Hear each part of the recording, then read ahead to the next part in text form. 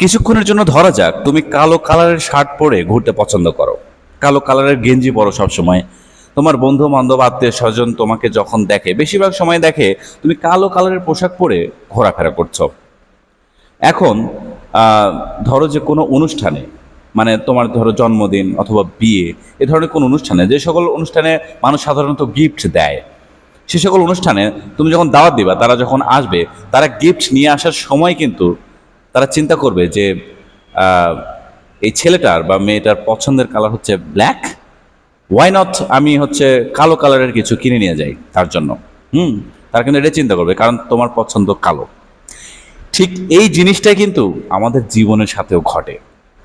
আমরা যখন আহ, সবসময় দুঃখে থাকি, নিরাশ থাকি, অহেতুক বিষয় নিয়ে দুশ্চিন্তা করি, হ্যাঁ, আমাদের যখন অনেক স্ট্রেস থাকে মনের মধ্যে, মন ভারাক্রান্ত করে থাকি, আমাদের এই ইউনিভার্স, এই প্রকৃতি তখন চিন্তা করে যে এই মানুষটা হয়তো কষ্টে থাকতে বেশি পছন্দ করে, অহেতুক দুশ্চিন্তা করতে বেশি পছন্দ করে, নিরাশায় থাকতে বেশি পছন্দ করে।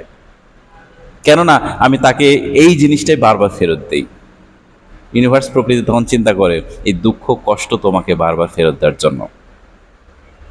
কাজেই তুমি সুখে থাকবা না দুঃখে থাকবা, ইটস ইয়োর চয়েস। এটা সম্পূর্ণ চয়েসের উপরে। নিজের সুখের চাবিকাঠি কখনো অন্যের হাতে দিবা না। তোমার সুখ তোমাকে বেছে নিতে হবে। এই ইউনিভার্সকে তোমাকে দেখাইতে হবে যে ইয়াস, ইউ আর হ্যাপি।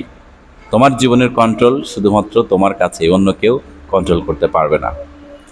তোমার কাছে অতীত নাই, তোমার কাছে ভবিষ্যৎ নাই, তোমার কাছে আছে শুধু এই বর্তমানটা।